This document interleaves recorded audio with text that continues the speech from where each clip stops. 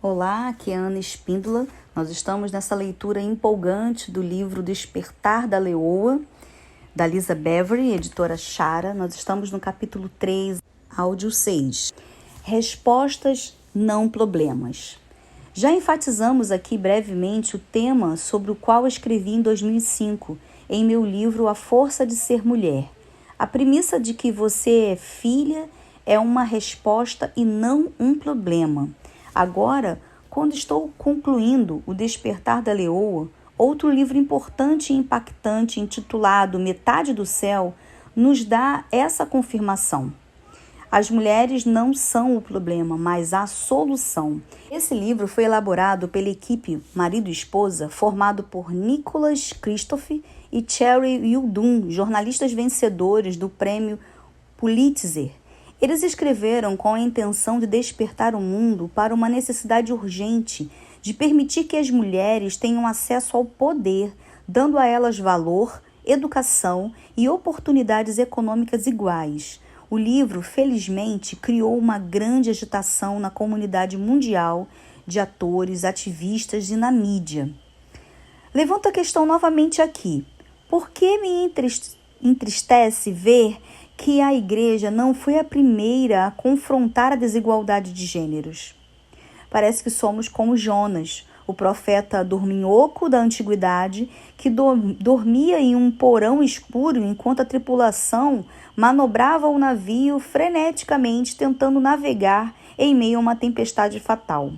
Deveríamos ser os primeiros a estar no deck do navio, buscando a solução de Deus para a notória injustiça que está tirando o equilíbrio do nosso mundo. Mas, diferente de Jonas, não estamos vivenciando uma tempestade isolada que assola uma única embarcação. O mundo inteiro está assolado enquanto tempestades ambientais castigam a terra e terremotos financeiros desestabilizam as economias mundiais. A injustiça está fazendo nossa terra balançar e oscilar. Em um estado de alarme e confusão, as pessoas estão se voltando para os cristãos e perguntando: como isso pode acontecer? Os cativos, sofredores e confusos se voltam para nós e perguntam como podemos dormir quando deveríamos estar clamando a Deus por um plano para fazermos parte da sua intervenção antes que seja tarde demais. Contudo, muitas pessoas na igreja permitirão que o movimento atual as abalassem em um sono inquieto ou as agitassem para discutirem sobre temas que verdadeiramente não têm importância. Nos dias de Jonas, Deus enviou uma tempestade para despertar o profeta de sua desobediência e para lembrar a ele que o povo de Nínive estava vivendo na maldade. Deus nunca deseja deixar as pessoas no caminho do mal, mas Jonas não concordava em impedir a destruição que pairava sobre a antiga cidade. Então ele fugiu e se escondeu no porão de um navio. Enquanto viajava na direção oposta a que Deus lhe havia dito para ir, ele adormeceu. Deus enviou uma tempestade tão poderosa que a embarcação onde Jonas estava chegou a ponto de se despedaçar. Por que Jonas fugiu? Ele não queria resgatar aqueles a quem considerava indignos? Veja a conversa dele com Deus e depois que ele e a cidade foram poupados. Jonas, porém, ficou profundamente descontente com isso e enfureceu-se. Ele orou ao Senhor: Senhor, não foi isso que eu disse quando ainda estava em casa? Foi por isso que me apressei em fugir para Tarsis. Eu sabia que tu és Deus misericordioso e compassivo, muito paciente, cheio de amor, e que prometeste castigar, mas depois se arrependeste. Jonas 4, os versículos 1 e 2, na versão internacional. Jonas queria que Deus julgasse e punisse a cidade, mas Deus queria estender a ela graça e misericórdia. Jonas não se importou se Deus iria eliminar uma cidade cheia de pessoas, mas ficou furioso a ponto de morrer por causa da sombra de uma árvore que secou. Mas Deus disse a Jonas: Você tem alguma razão para estar tão furioso por causa da planta? Respondeu ele: Sim, tenho. E eu estou furioso ao ponto de querer morrer. Mas o Senhor lhe disse: Você tem pena dessa planta, embora não a tenha podado nem a tenha feito crescer? Ela nasceu numa noite e numa noite morreu. Contudo, Nínive tem mais de 120.000 pessoas que não sabem nem distinguir a mão direita da esquerda, além de muitos rebanhos. Não deveria eu ter pena dessa grande cidade? Jonas 4, do versículo 9 ao 11. Será que assim como Jonas perdemos a perspectiva do que é importante para Deus? Será que estamos mais preocupadas com o nosso conforto e abrigo do que com aquilo que Deus valoriza? O Altíssimo não está lá no céu animado com a ideia da destruição. Ele anseia por resgatar todos os que estão em um mau caminho. Não vamos reter a esperança exatamente daqueles a quem Deus quer salvar. Oro para que você permita que Deus desperte a leoa dentro de você e a posicione para resgatar e não julgar outros do mal que ameaça vencê-los e destruí-los. É hora de obedecer a intimação de Deus. Ele confiou a nós a mensagem das boas novas para a terra. Ele ordenou que amemos uns aos outros. Ele nos encarregou de cuidar das viúvas, dos órfãos, dos estrangeiros, dos pobres. Agora mesmo, ele encoraja as filhas, jovens e idosas a apresentarem soluções para os problemas do mundo. Ele nos convida a colocar de lado as nossas diferenças e a trabalharmos juntas na sua obra. Alguns de nós ainda estamos nos esforçando para sermos gentis uns aos outros. Outros estão ocupados demais, chorando por suas perdas. E muitos ainda debatem por questões doutrinárias, tolas, gritando contra outros membros do corpo de Cristo, ou mesmo se debatendo por causa de política. Amadas, não quero que o nosso chamado ao despertar exija que alguém seja jogado para fora do barco, como foi o caso de Jonas, nem tenha de passar por uma estadia no deserto como aconteceu com os israelitas. Portanto, vamos olhar para o mal e para os problemas do mundo e permitir que eles nos sacudam, que eles nos despertem. Em meu espírito vejo um povo se levantando, agitado e pronto para mudar o seu mundo. Sua expressão particular. Enquanto escrevo este livro, meus editores me encorajam a compartilhar exemplos de mulheres que estão plenamente despertas, para que você possa ver o que uma mulher que está totalmente desperta pode realizar.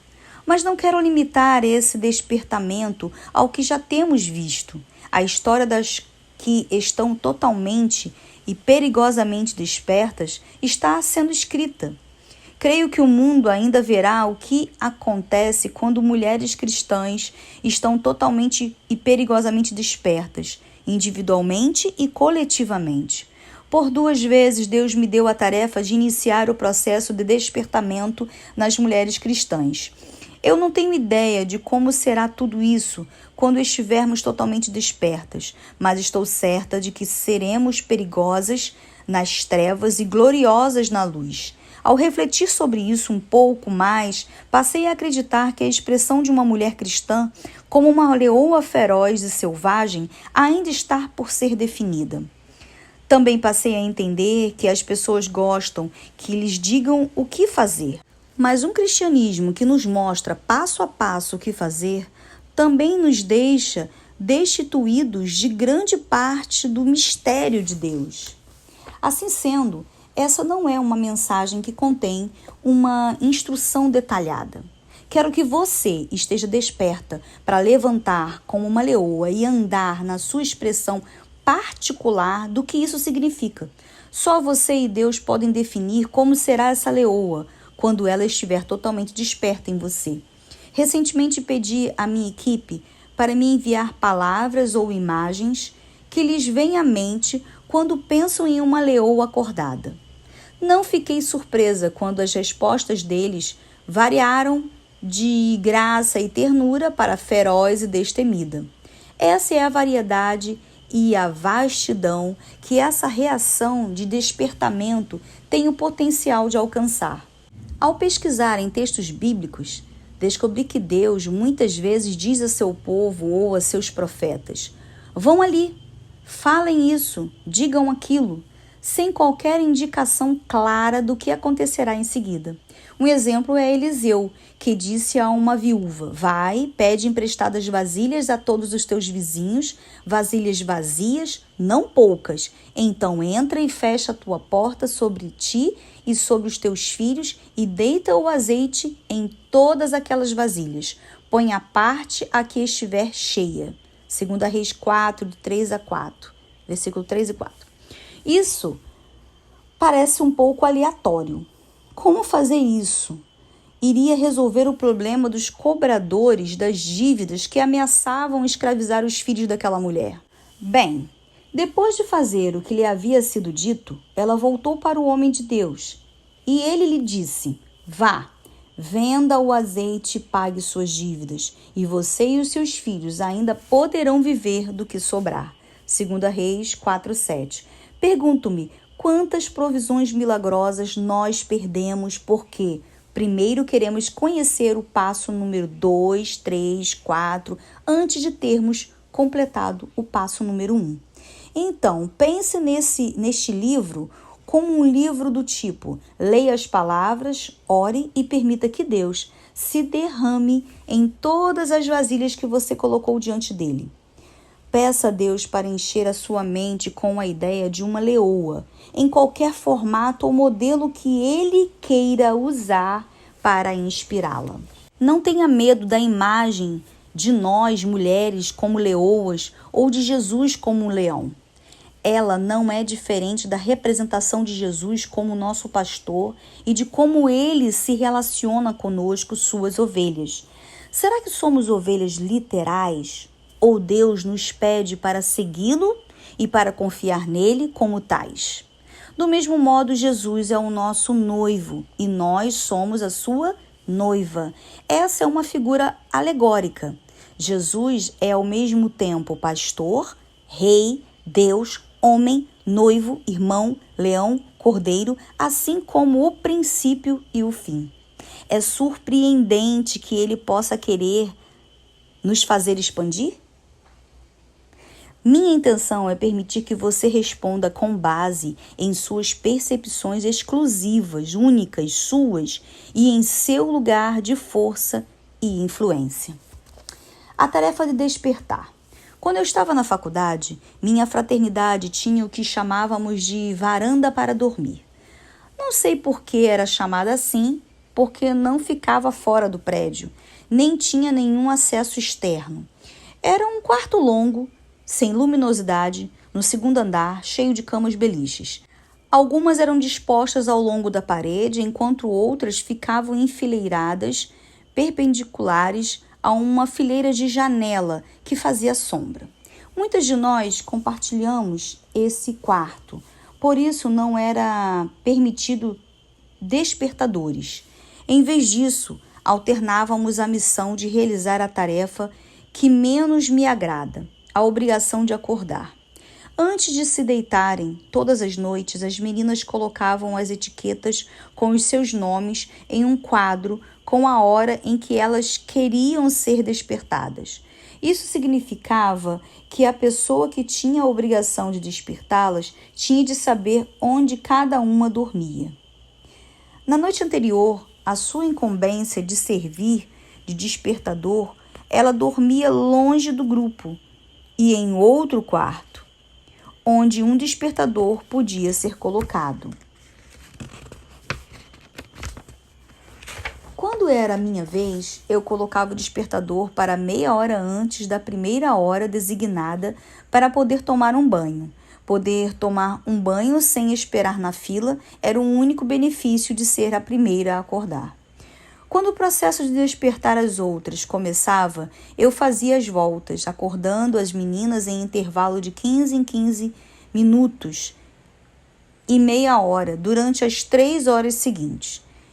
Eu entrava e saía daquele quarto escuro enquanto tentava comer e terminar de me arrumar. Vez após vez, eu entrava silenciosamente, fechava a porta e então abria caminho no escuro, contando os beliches cuidadosamente no esforço de não acordar as que ainda dormiam enquanto passava por elas. Quando eu encontrava a menina que deveria acordar, eu a despertava suavemente, mas com firmeza. Havia um senso de responsabilidade naquilo, porque eu sabia que cada uma delas dependia de mim para acordá-la. Havia aulas para assistir, provas a serem feitas, exames que não podiam ser perdidos e, é claro, namorados para encontrar. Eu falhei nessa tarefa uma vez, enquanto ainda estava sendo avaliada para entrar para a fraternidade. Fui silenciosa demais, suave demais e fiquei hesitante em sacudir uma menina do último ano. Ela resmungou uma resposta e eu imaginei que ela estivesse acordada, mas não estava. Ela estava apenas falando enquanto dormia. Na hora do almoço, naquele dia, ela me repreendeu severamente, dizendo que a minha falta de eficácia lhe custara caro.